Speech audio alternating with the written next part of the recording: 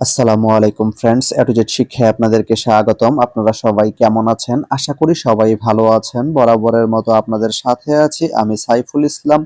চলে এসেছি নতুন একটি ভিডিও নিয়ে। আজকে আমরা জানবো আপনি সদর রসুলপুর থেকে জিনারদি যেতে কোন কোন ট্রেন রয়েছে, সেই ট্রেনগুলো ছাড়ার নতুন সময়সূচি, বন্ধের দিন এবং গিয়ে পৌঁছতে কতক্ষণ সময় লাগবে বিস্তারিত।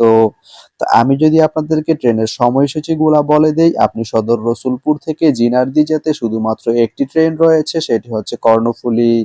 কর্ণফুলী ট্রেনটি সদর রসুলপুর থেকে ছাড়বে দুপুর 1টা 6 মিনিটে এবং এটি জিনারদি গিয়ে পৌঁছবে বিকেল 4টা 46 মিনিটে।